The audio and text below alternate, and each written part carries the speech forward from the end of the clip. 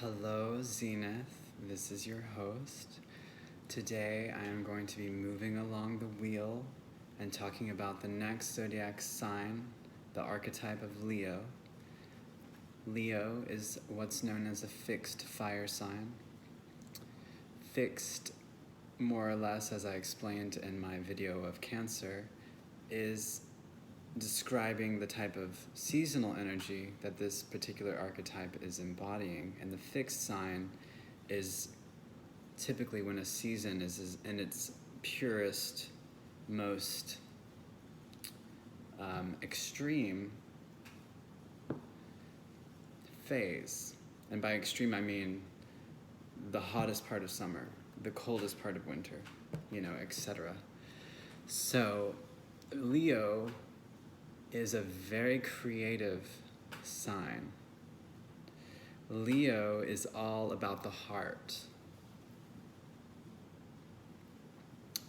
Leo is all about self-expression, creativity, children, theater arts.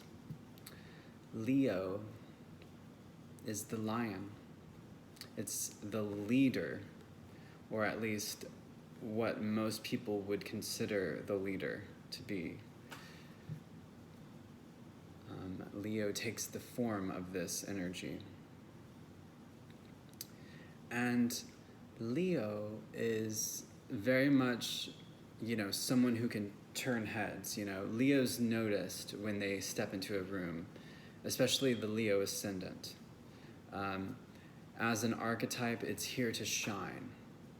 As an archetype, it's here to really embody its creative inner child and to resonate at the frequency of self-expression. So all creative arts, Leo is ruled by the sun, and the sun is our life force. It shines so bright, and it shines with impartiality towards all things on earth, right? Allow your love to be like the sun, where you're giving to all things. It's very beautiful because all life on earth, all energy on earth can be traced back to that star, right? Our sun. And so this is the ruler for Leo, the sun, which is very bright and very hot. You can get burned by it, perhaps, if you're too close. Or, how it's kind of blinding when the sun is in the sky, unless you're practicing sun gazing, which I think is beautiful. Make sure to be grounded and barefoot on the natural earth if you're going to do that, and take it in steps. That's another video. But you'll notice that the sun, it shines so bright that it can kind of blind and hide other planets or other things, star systems or whatever else that is around it.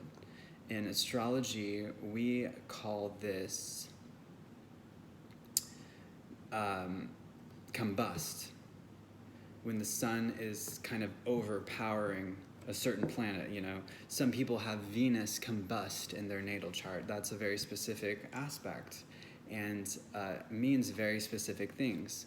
But for now, the point is that the sun can kind of shine so bright that it can kind of hide the other things that are around it, and there's nothing wrong with the ego. The ego is important, right? The ego is a part of all of us.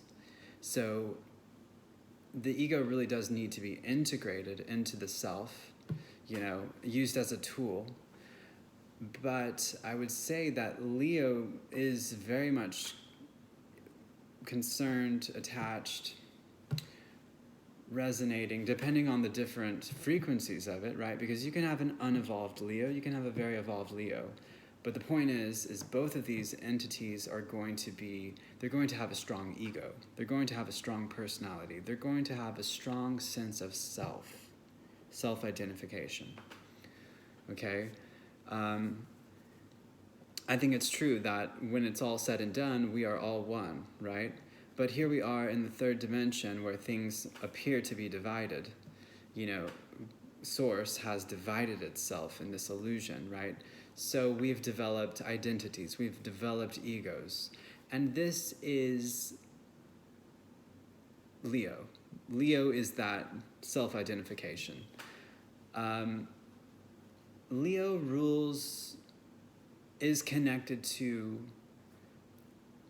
the fifth house, which can be linked to higher education. It can be linked to, like I said, children, all creative arts, especially theater arts, dance, any type of performance, any type of thing where you're in the spotlight. This is a characteristic of Leo.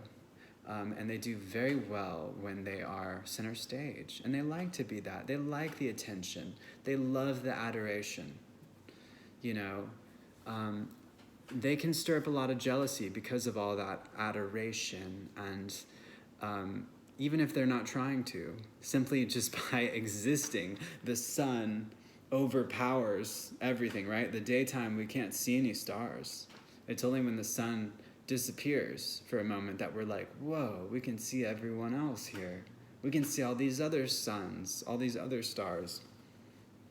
But when the sun's up, that's it, So, Leo is connected to recreation. What do we enjoy? What do we get enjoyment out of, And typically things that are involving the self. All games, all fun, all play. It's a very childlike energy. I think for the Leo archetype, like Aries, but it's a little different. They're both fire sign. And I would say fire is one of the youngest elements, if not the youngest, right? I talked about water being the oldest and the most feminine. Fire is masculine, and it is a young energy. It's quick, it's fast, it can be destructive if it isn't tamed with certain parameters. Leo is that fixed fire, so it's that fire that kind of never stops. It's still burning and burning and burning, and you can't really put it out because, like the sun, who's going to stop the sun from rising? So Leo, what else is Leo connected to? Certainly all things self-expression, all creative arts. Like I'm saying, this inner child, they really do want to resonate in that inner child, and they do. And that's kind of that's their radiance, that's their beauty. That's why we love Leo. We can deal with some of the more negative, egotistical aspects of Leo,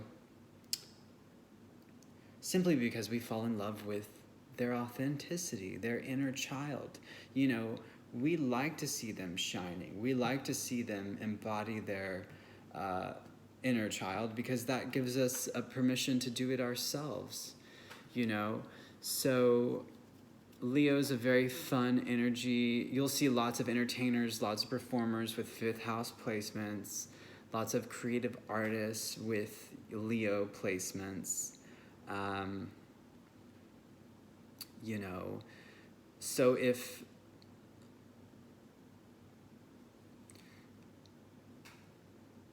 there's different parts of Leo, and this is another video too, it's not, like I'm saying, astrology is very detail-oriented, and it's very exact. It's kind of difficult to just zoom out and talk about these broad things like the archetype, because within Leo, there's so many different phases as well as every sign. So, and that typically has to do with the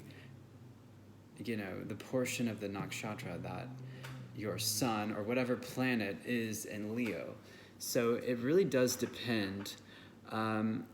But Leo is connected to the emperor, the empress, the king, the queen, however you want to say it. It's a royal sign, and it's, in its later degrees in the Western, and I would say earlier degrees in the Vedic, it's connected to the star system of Lyra, which was an ancient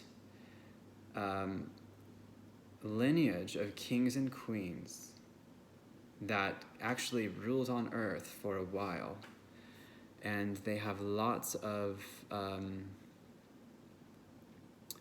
historical, monumental evidence left behind, as well as mythology. So there's something very special about that star system, Lyra, and the connection to Leo. So, you know, just to recap, these people love to be creative. This is a very self-expressive sign. You know, some of the negative qualities could be an over-identification of the ego or a certain type of selfishness. You know, Leo needs to learn how to allow other people to shine, you know, but they typically take on this role very comfortably, okay, which is going to stir up a lot of jealousy and things in the other signs. And I don't think Leo means to do that. It's just what happens with this particular placement. Because, like I said, it's so radiant, like the sun. It really is so radiant, but if you get too close, it'll burn you, and it can blind you, you know, and it can kind of be disorienting as far as make you forget about what else it's around, you know. So it's an interesting sign. Leo is a wonderful energy. And I believe that is just about all I have to say today about this archetype. This is a very brief overview. There's much more to it. Feel free to share more interesting things about Leo in the comments. I hope everyone is doing well. You guys feel free to book a reading with me. I'm happy to read for you. And I will see you in the next video. Take care, guys.